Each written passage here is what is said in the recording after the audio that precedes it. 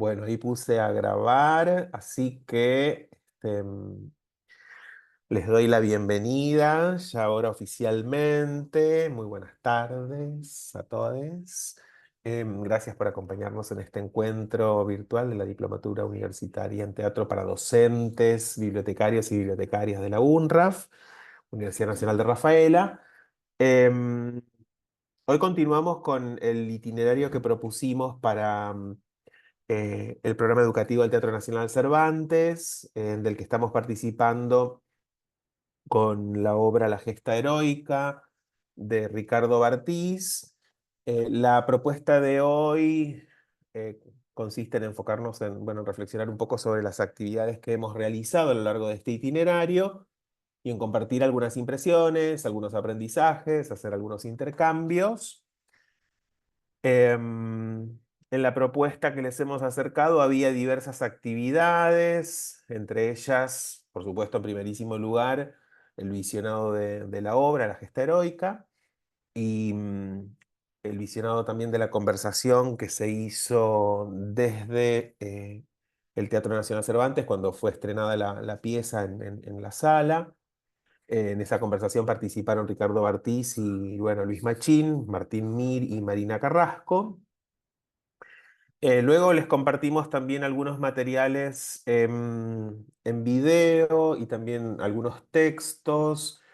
La primera de esas actividades consistía en ver la charla de Ricardo Bartís en La Grieta, en la que, bueno, se enfocaba un poco en los conceptos que tienen que ver con los saberes teatrales, con lo teatral, con su relación entre la política y el teatro, en fin, diversos conceptos que él fue desarrollando en esa entrevista, súper atractiva. Luego tuvimos la posibilidad de leer el artículo de Karina Mauro sobre el teatro de estados y de ver el video de María Oneto. No sé si todos pudieron como acercarse a estos materiales. Bueno, y finalmente la semana pasada tuvimos esta hermosa oportunidad de entrevistar a Claudia Cantero, que también era una de las actividades propuestas. Claudia es una actriz que trabajó durante muchos años con Ricardo Bartís y que tiene un vínculo muy próximo con él. Así que bueno, en la jornada de hoy la idea es como poder sedimentar todos estos cruces de materiales, de ideas, y ver qué podemos producir en esta conversación y en este intercambio. Así que un poco la propuesta es como abrir la conversación, ¿no? Vamos a charlemos relajadamente, distendidamente. Si les parece bien, para romper un poco el hielo, me encantaría como disparador preguntarles qué es o cuáles son las cosas que más les llamó la atención del visionado de la obra y de la conversación con los artistas. Bueno, así que si les parece bien, les dejo esa inquietud primero. ¿Qué es lo que más les llamó la atención de esta propuesta de Ricardo Bartís, de esta obra? Si alguien tiene ganas de tomar la posta, comenzamos a conversar sobre este tema. Bueno, a mí lo que por ahí más me impactó de la obra o me generó movimiento de la obra es primero el estado y además el estado desde no sé, la quietud, la tranquilidad, que uno notaba esos cuerpos con muchísima potencia, pero con movimientos así como sobre todo Machín, o en el que más me detuve muy sutiles, muy chiquititos, eh, parecía como que no hacía nada, pero estaba haciendo un montón. Mm, Eh, bueno, también esto de estar en un punto contaminado con haber trabajado durante tanto tiempo con Claudia, entonces eh, uno ir viendo el vestigio de ese trabajo y esta noción de lo que es el teatro no, me sale de las emociones, las intenciones, de esa cosa energética que va más allá de lo técnico, que ujú. para poder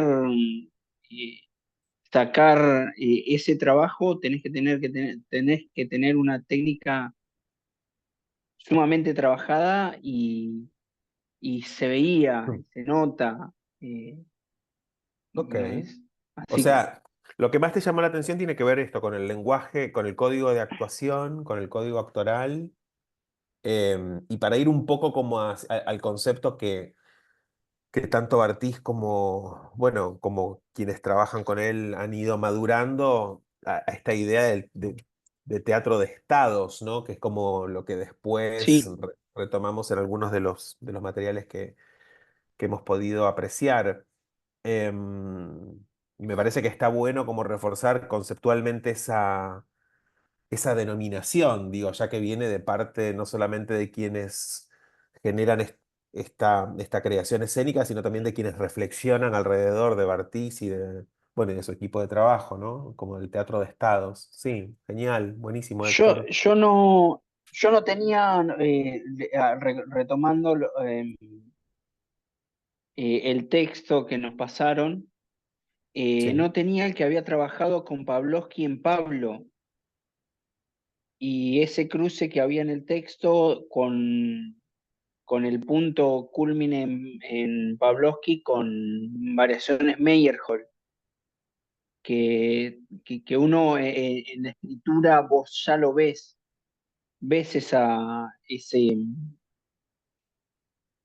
ese concepto, esa noción, y esto que Claudia después lo dijo,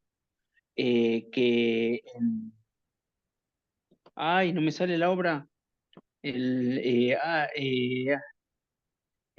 ay, Apogeo, pero no era Apogeo, la obra de Bartiz, no me sale, el título de la obra de Bartiz, Eh, eh,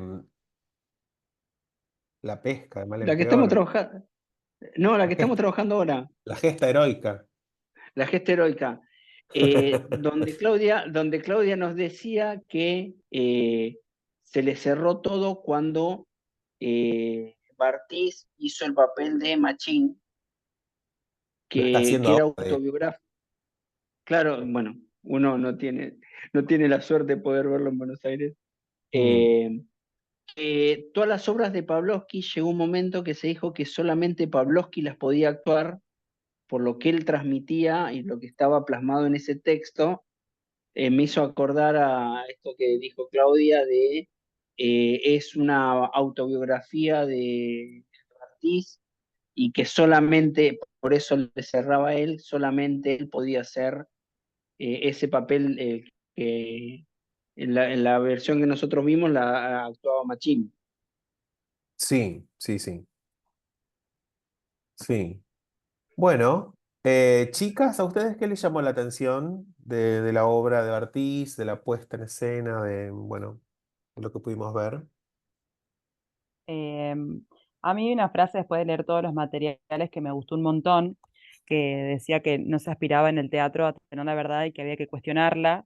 Y me pasó viendo la obra, que yo digo, por el tema de la herencia, todas las familias argentinas hacen un espectáculo circense de quién se queda con más, con menos, y me llamó la atención Ujú, eso.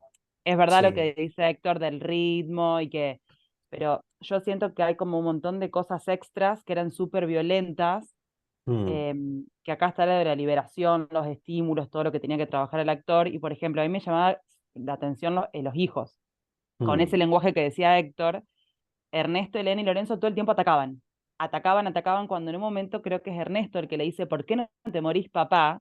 Para mí fue mm, increíble, ¿eh? mm, Porque ellos acceden a firmar esa herencia, cuando en realidad no la quieren, porque saben que es pura deuda. Y ujú, siento que también hay algo violento cuando está este tema de que cortan la luz, de que buscan todo el tiempo hasta la rebaja de la empanada y la promo para comer. em, Como que parece que el ritmo es de la obra súper, no sé cómo, tranquilo, pero sí, que hay otras cosas violentas que no tienen que ver sí, por ahí con el lenguaje, que no son esos cuerpos que, por ejemplo, no se quedan quietos, no se sí. sientan, no están mucho tiempo sentados, están todo el tiempo Ujú, queriéndose ir para atrás, para la oscuridad. Eh, a mí me llamaba eso la atención, como que quería entrar a esa oscuridad donde estaba el piano o donde se fueron cuando dispararon para ver qué había. Y digo, claro. ahí hay algo que ese no se fuera de estaba escena. viendo, claro. Sí, sí, sí, sí. Sí, a mí en ese sentido digo, bueno, rescato esto que dice Caro acerca del valor que tiene la propuesta temática, de lo que habla la obra, ¿no? Como de la herencia, de repartir las migajas, ¿no? De repartir ¿no? Como la pobreza, tan relacionado con nuestra historia argentina, con las familias argentinas. Me parece súper interesante que se complementa un poco con esto que le llamó la atención a Héctor acerca del lenguaje de actuación, del código de actuación. También hay algo en el contenido de la obra que es muy contundente, y que Caro también lo conecta con cómo los cuerpos de los actores manifiestan esa tragedia que está ahí latente y que termina como de estallar al final. A mí me resulta súper atractivo cómo em, pareciera ser que el espectáculo es como responde a todas las normas, a las reglas del teatro aristotélico, ¿no? Como tipo, em, hasta aún pensando esto, como que los momentos de la tragedia ocurren fuera de la vista del espectador, ¿no? Y hay una especie como no sé si de ironía, pero siento que el teatro de Ricardo Bartís es tan provocador, es tan contundente, respira algo tan contemporáneo, como de alguna manera la estructura es como súper recontra clásica, ¿no? Como las unidades aristotélicas ahí a flor de piel, tipo unidad de tiempo, unidad de lugar, unidad de acción. em, y estas muertes que ocurren, ¿no? Estos momentos trágicos que ocurren como fuera de la vista del espectador, pareciera, ¿viste? Una obra de Sófocles, no sé, de Eurípides. Me parece súper interesante cómo toma esos elementos para resignificarlos en el contexto de la pobreza argentina.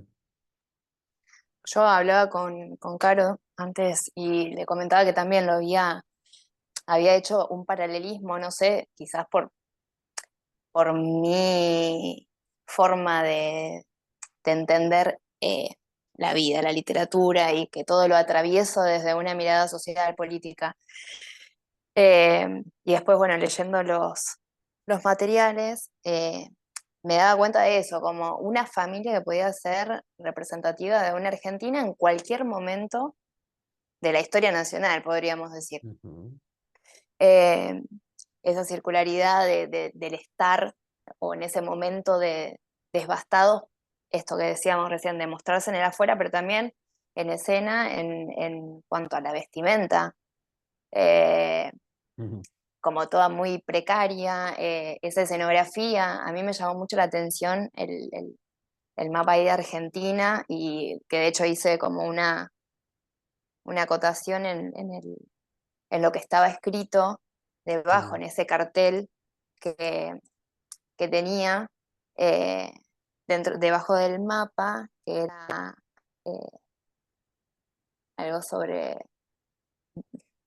se me fue ahora, ajá, el cartel que tenía pegado, la conquista del desierto. sí, Entonces, claro, y me puse a pensar, primero me quedó resonando, después cuando lo retoman ellos, otra vez con la conquista del desierto, hice ahí como esas acotaciones que claramente son agrede, digamos. sí, sí. Y esto de la ausencia de lo que había pasado en Argentina en ese momento, cuando son tomadas y no había nada, y digo, esa ausencia se ve en la ausencia civil, económica que había en ese momento en Argentina, se ve representada también ahora en esta familia. Mm. Eh, Eso nada, me pareció como hermoso, esa circularidad y lo que, bueno, comparto lo que decían antes los compañeros también. Y después las Mm. acotaciones que hacía el actor principal con he sido arrojado al desierto, ya no queda Ajá. nada. Bueno, la literalidad, incluso el espacio donde está la casa ubicada en ese parque de diversiones, que digo también un parque de diversiones y la casa lo que menos tenía era diversión. Claro. Ya estaba venida abajo. Y después también me llamó mucho la atención el momento de resurgir la Navidad, aunque no era época Ujú. navideña, eh, y este intento del ser argentino de mostrarse en familia, de volver a tener como los lazos con con su gente, su vínculo primario. Eh, bueno, algo festivo ahí decorando, que era eso, Mm, decoración todo. claro.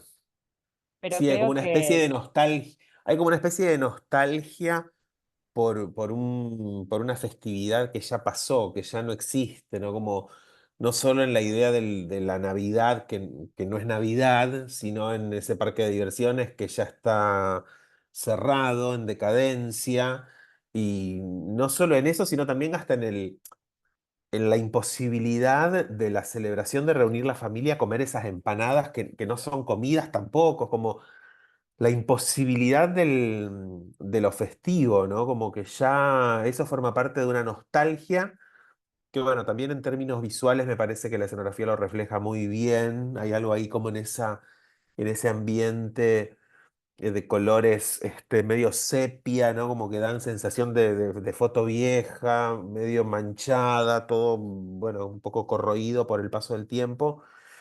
Que bueno, da un panorama bastante poco alentador, ¿no? Como muy triste, muy nostálgico y triste, ¿no?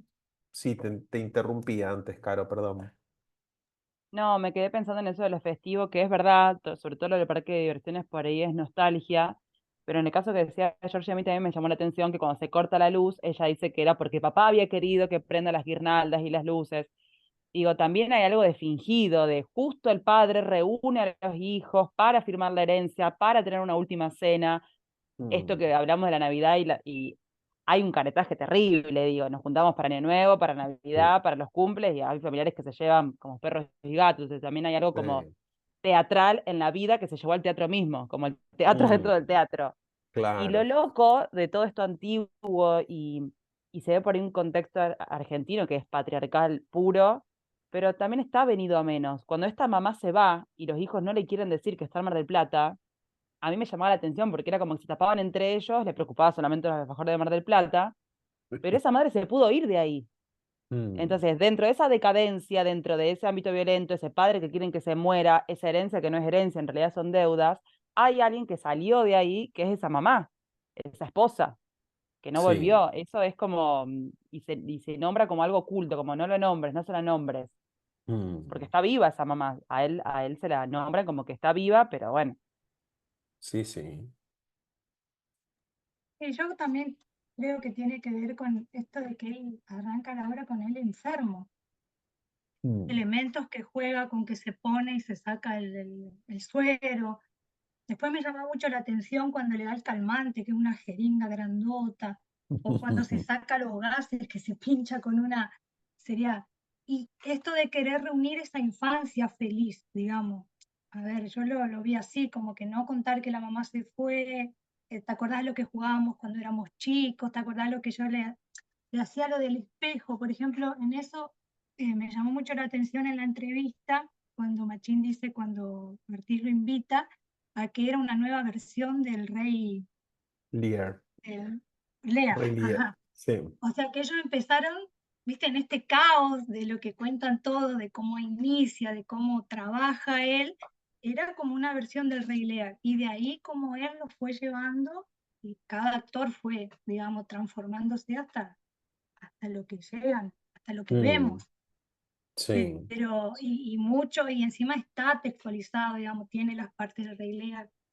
Eh, pero esta angustia, esta decadencia de lo de la herencia que dicen ustedes, lo que, la herencia o de lo que fue, él también como que rememora ese parque de diversiones cuando fue y que nadie de los hijos le dio valor.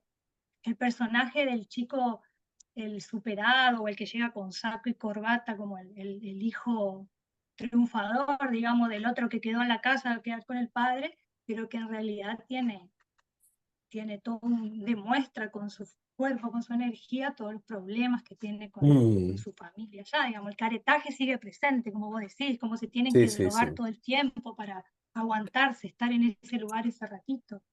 Sí. Sí, hay algo sobre esa ficción que asumen los cuerpos en la realidad, que me parece súper interesante desde el punto de vista actoral y también desde el punto de vista del impacto que genera en el espectador.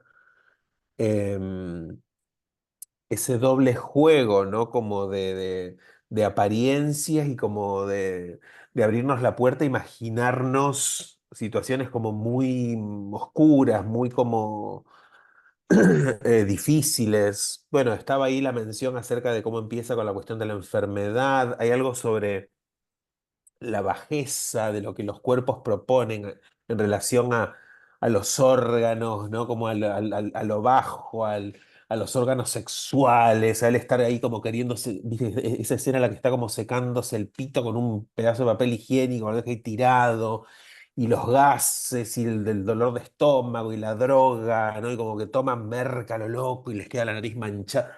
Bueno, hay algo ahí como sobre lo sucio, sobre lo vulgar, digamos, Y que sobre les da todo, mucha carnadura, ¿no? Como los vuelve muy, bueno, muy cuerpos que dicen mucho, ¿no? Queriendo ahí como besarse entre los hermanos, esa cosa, Es- este, esa escena a mí es terrible porque encima Elena con los dos hermanos quiere besarse, a los dos dan un sí, beso. Y cuando sí, la sí, ahorca sí, con el teléfono y le dice al padre, estás mojada, sí, sí, sí, sí, es sí, como asqueroso, pero sí, sí, literal. sí, y hay algo en en esa potencia que desarrollan los actores acerca de la corporalidad que yo creo que se vuelve muy, genera incomodidad, ¿no? Genera como un impacto interesante en el espectador. Eh, la verdad es que ellos me encantan como cuando se sumergen en esos registros, ¿no? Y como buscan crear esta poética de la cosa medio barrosa, ¿no? Mm. Recién leía una de las anotaciones que tenía y que lo extraje de lo que lee Oneto, que decía, entiendo lo visceral en la presencia escénica, que no es solamente lo real con el espacio, con el vínculo que vas a desarrollar con el espectador, sino también con las tradiciones, la historia del teatro de tu país, tu ciudad. Eh, bueno, digo, y esto de lo visceral, que a veces Mm. ser visceral nos lleva a, a esos extremos de pasar a ser como animalizados también, o Ujú. como no tener registro de lo real, de lo racional. eh, y eso estuvo como siempre ahí tensado. Mm. Este Él hombre que se también muestra dice ya que, como, claro, él dice que la realidad no tiene más drama que lo que se puede llegar a hacer en el teatro. Ujú. Nunca le vamos a Claro, alcanzar al drama que tiene la realidad misma, dice. totalmente, totalmente. Eh, hay algo que también me pareció a mí, me llegó a mí, es el uso de la luz. Ajá. eh, Porque, digamos, es como que se iba pegando, asociando, generando una simbiosis con la actuación, con lo que transcurría en la obra, Mm. pero este claroscuro que generaba, que había veces que, por cómo estaba puesta la cámara, decía, yo lo quiero ver más, yo era como que me quería meter dentro de la obra Ajá. porque no se veía y creo que el estar ahí, al vos poder verlo eh, corporalmente, digamos, también era muy potente porque te llamaba ese ventanal y cómo entraba la luz, después cuando pusieron las guirnaldas y la iluminación que generaba además en Mm. la actuación, el tema de las guirnaldas, digamos, era... Y otra cosa es esa salida afuera que tenían ese pasillo, que vos Sí. después a la vez veías cómo los actores andaban por atrás, cómo se veía la maquinaria atrás, que también a mí me resultaba Mm. interesante el poder Sí. ver eso otro, esa otra Mm. construcción. Sí, sí, sí. Eh, Sí, súper interesante también lo que pasaba con la luz del televisor, ¿no? Como esa referencia a la peli que está viendo ahí todo el tiempo. A mí, yo voy a decir, o sea, más allá de las cosas preciosas que vamos a decir del laburo, ahora que mencionas lo de la iluminación, digo, necesito decir dos o tres cosas que a mí me hicieron un poco de ruido. Y se ponía criticona ahora ella. Em, A mí hay algo que cómo se veía reflejado en el video, quizás tiene que ver con eso, de la luz que entra de afuera, de ese exterior, de esa noche, de ese azul medio convencional, viste, como el azul que representa la noche, que a mí un poco me, me incomodaba, no me permitía disfrutarlo a pleno, porque lo veía muy como un recurso del teatro que ya conocemos, ¿no? Como usamos azul para la noche. Se va a un lugar que me parece que nada tiene que ver con la búsqueda estética que plantea Bartís, que es como mucho más original y mucho más osada. Había algo ahí que me hacía un poco de ruido. Y que después también me molestó singularmente la, la relación de la escena con esa sala maravillosa que es la María Guerrero, viendo las líneas de foquitos detrás, porque hay que decir, digo, la obra se hizo en la sala más importante que tiene el Teatro Nacional Cervantes y se montó en el escenario, entonces el público estaba arriba del escenario, veía la obra y de fondo veía los palcos de la Sala María Guerrero, son esas lucecitas que se ven allá en el fondo como en doble fila, ¿no?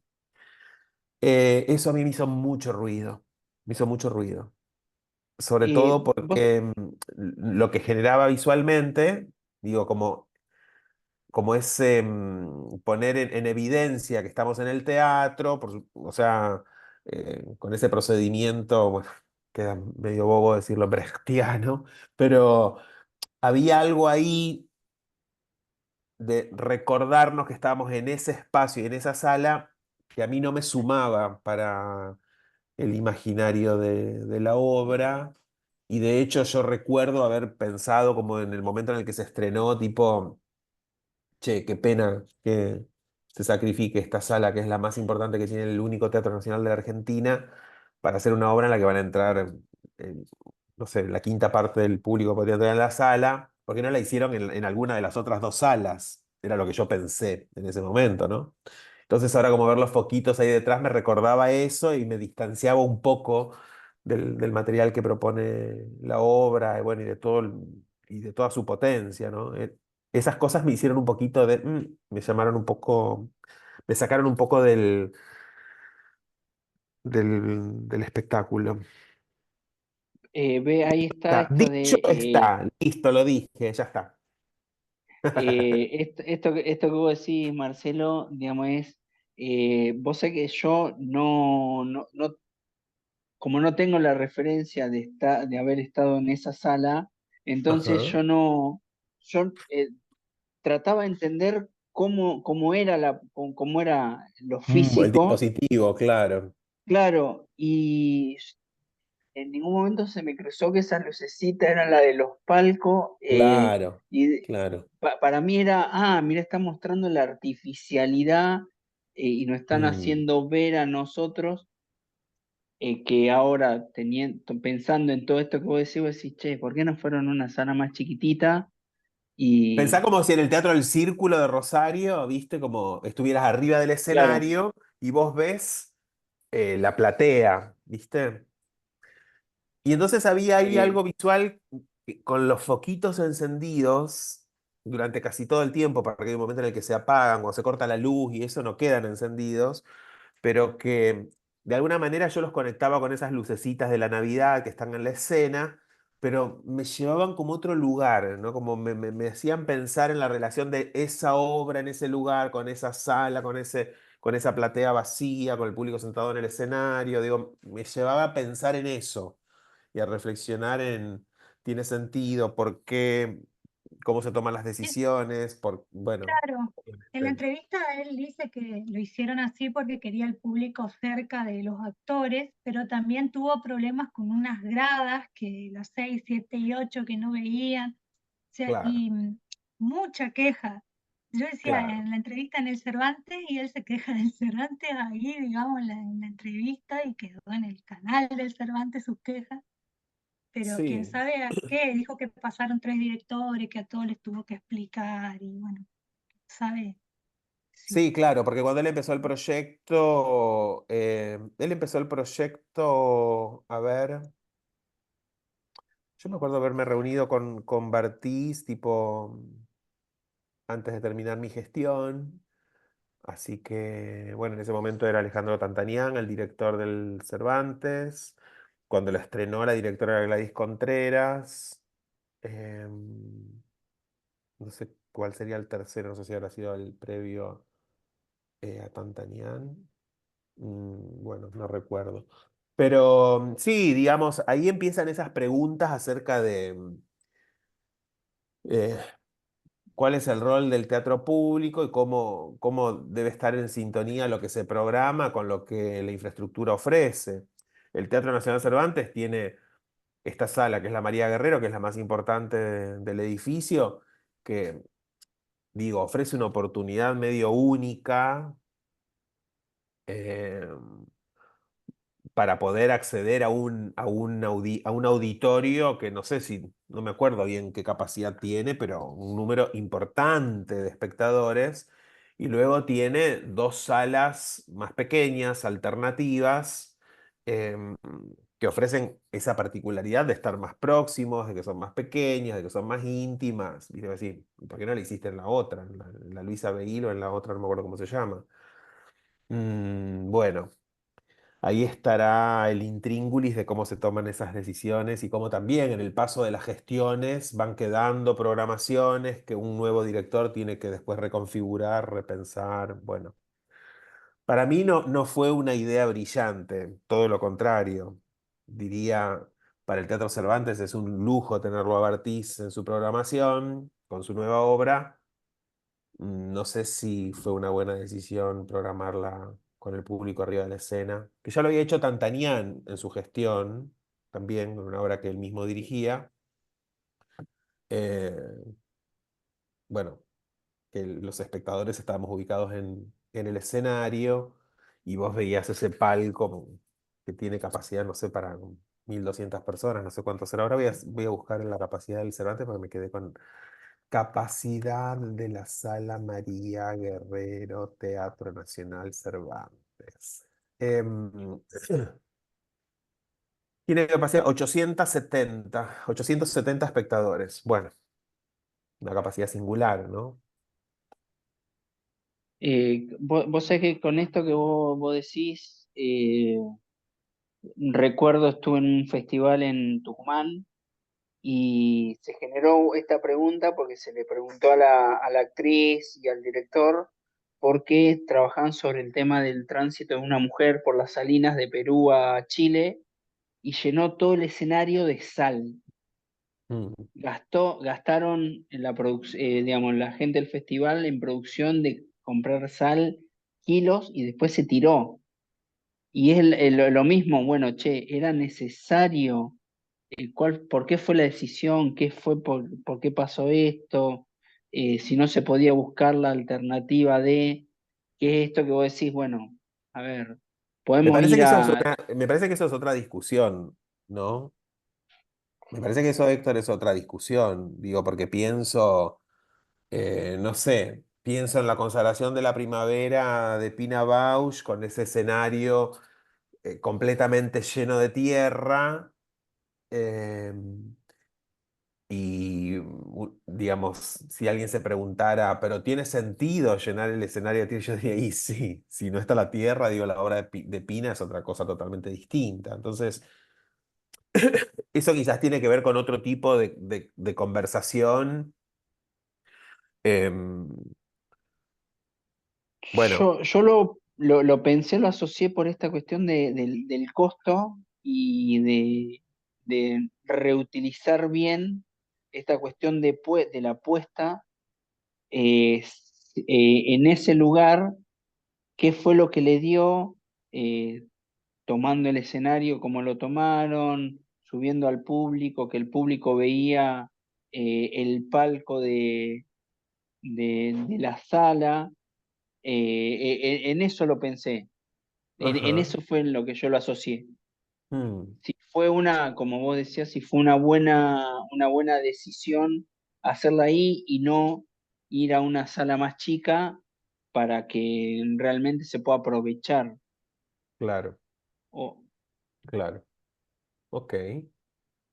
Ellos también comentaron que había como una especie, como un museo o algo que complementaba la obra, Ujú, que él todavía pedía que los acomodadores debieran haberlos hecho pasar por ahí al público primero, porque había ujú, noticias y cosas, pero yo no lo conozco, digamos, el teatro, no sé dónde puede haber estado eso.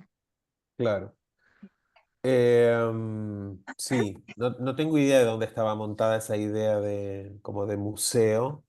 Em, pero bueno. Eh, Estuvimos charlando sobre el código de actuación, sobre los aspectos visuales, sobre el tema de la obra, de cómo se conecta con los distintos signos.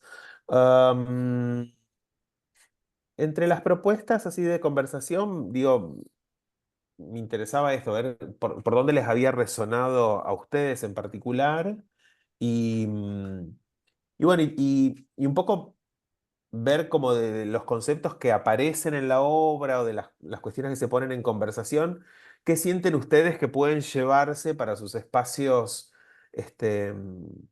de formación, de intercambio o de creación que puedan resultarles útiles, valiosos? Varios de ustedes se dedican también a la docencia, entonces hay algo de lo que acá la obra de Bartolo trae que a ustedes les resuene y digan, che, qué interesante llevarnos esto para conversar, para aplicar, para trabajar, para pensar con nuestros equipos de laburo.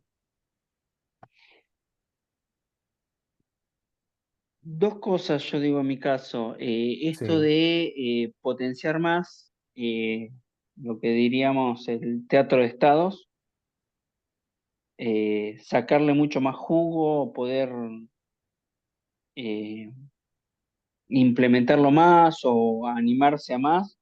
Y el hecho también de, lo estaba pensando ahora, de la intertextualidad que tenía, Mm, que había un montón de textos en un solo texto, digamos, esta cosa de el punto más culmine o más extremo es con el Rey Lear, pero todos esos otros textos, como decía la compañera, la conquista del desierto, como que había un montón de textos que se iban entrecruzando ujú.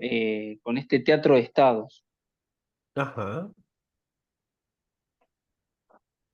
ok. Yo me quedé pensando, bueno, también además de lo del teatro de estados, en un momento de la entrevista él habla de la lo pedagógico, no Sí. caer como en esa cuestión y por como a mí me había repercutido, digo, qué difícil por ahí eh, no llegar a ese punto, como tratar de Mm, evitarlo y ser sutil en cómo contar esta historia familiar eh, sin ser tan explícito en lo que pasaba en el contexto histórico, nacional, digamos. Eh, ajá. Eso es. Sin ponerse aleccionador, digamos. Claro. Como. Mm, sí. Y me Bueno, impresionó yo el creo que trabajo el que, teatro. Sí, sí, no, Betty, adelante, adelante, perdón, perdón.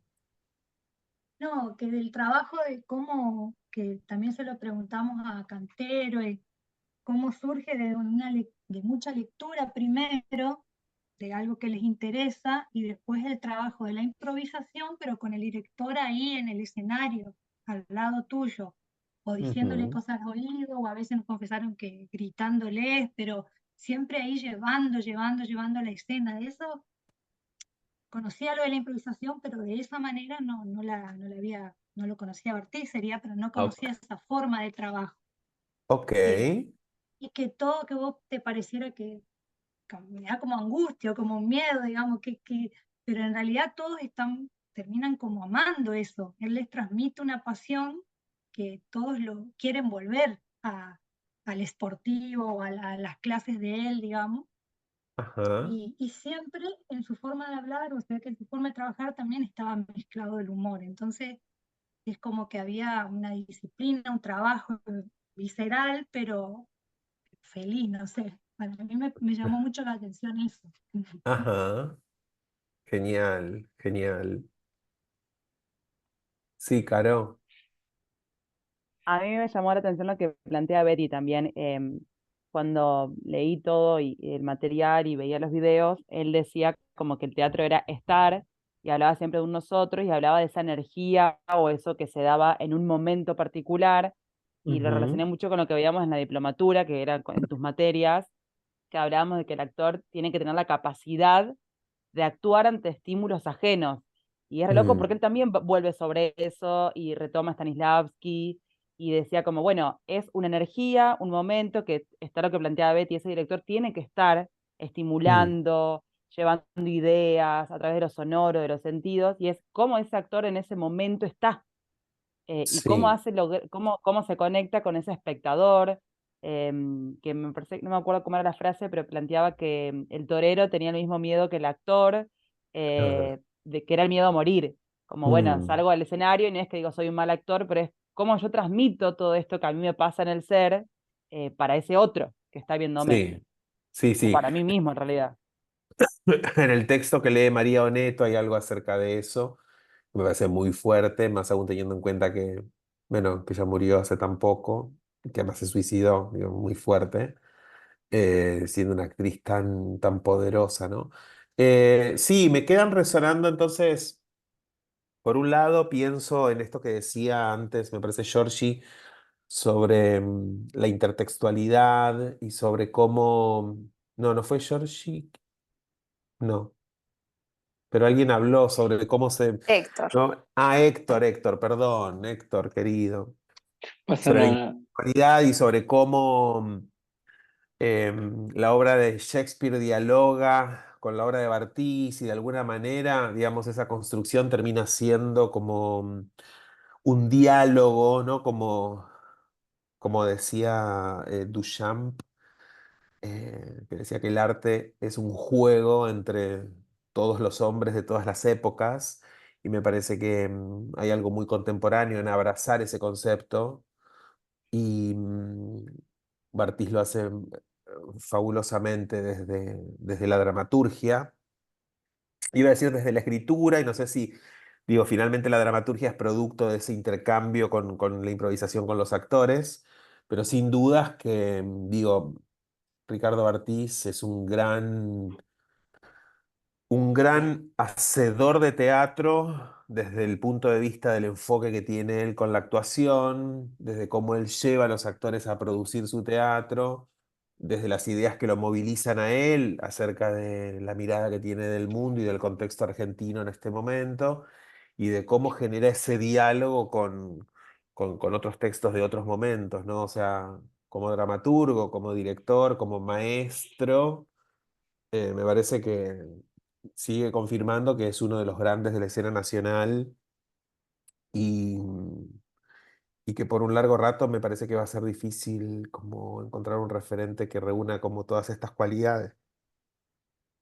Y hay una cosa, Marcelo, que dijo, bueno, yo también, yo ya no sé cuál de todas las charlas que vi, porque empecé a bajar y a ver un montón, que Sí. es el tema Mm, eh, del deseo y el deseo de, bueno, llevar esta obra, hacer esta obra, y si no deseo hacerla más, listo, ya está, se terminó, pasamos a otro sí. proyecto. Mm, Que me parece que es así como muy fuerte, muy contundente y que termina narrando también al actor o a la actriz, decir, bueno, che, no estamos para cumplir horario de trabajo, sino deseo hacer esta obra, deseo poner, que me llamó mucho la atención y está bueno sí, tenerlo como, obvio. Como norte, obvio. O sea, sí, lo que Bartiz hace es darle, ponerle combustible a eso que le da sentido al teatro independiente o al teatro autogestivo, y que tiene que ver justamente con el deseo, confrontándolo con las con los dictámenes del mercado y ¿no? de lo que la industria cultural propone, requiere, demanda y genera en términos de sistemas de producción, sistemas de representación, sistemas de pensamiento, con toda la mierda que trae, digamos, el mercado en relación a eso y toda la mierda que trae ese concepto asqueroso que yo detesto de la industria cultural. Él lo que hace es tirarle combustible a las ideas opuestas a eso. O sea, lo que nosotros hacemos está movilizado por el deseo. Y ese debe ser como eh, el sustento, ¿no? Lo que sostenga lo que hacemos. Me saco el sombrero frente a esas ideas. Agradezco que la escena argentina nos siga brindando la posibilidad de encontrarnos con creadores como él. El otro día tuve la dicha de ir a ver a Cristina Vanegas, que también es una representante, una digna representante de ese modo de crear y de hacer teatro. La fui a ver en Molly Bloom, y en su sala también, pequeña, en el Excéntrico La 18, que estaba colmadísima. Em, Y viste, digo, ay, qué afortunados que somos de seguir teniendo en nuestra escena a gente como estos monstruos que siguen produciendo y siguen estando ahí disponibles para que podamos ir a verlos, ¿no? Y seguir como acrecentando esa idea, bueno, acrecentar, que me suena ridícula mi palabra.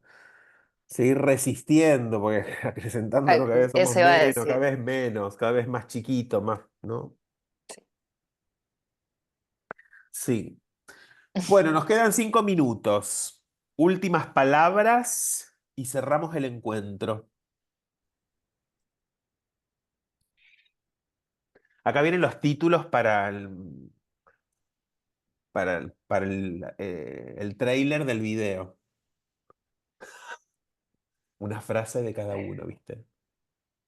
No, Bueno, a bueno, ver, tomar la pasión con que Bartiz toma cada uno de sus proyectos. Él hace sí. uno solo, no dos o tres, no cree en eso, que en este momento estoy en esto y se apasiona en eso. Eso Mm, es mi título. qué bueno, qué bueno. Mm, A mí me gustó que había leído Neto del texto de Bartiz, una frase que decía: el cuerpo convoca fuerzas que no sabemos cómo nombrar, pero son un mm. puente para la manifestación de una presencia que alude a algo ausente en el orden cotidiano. No, yo la amé esa frase.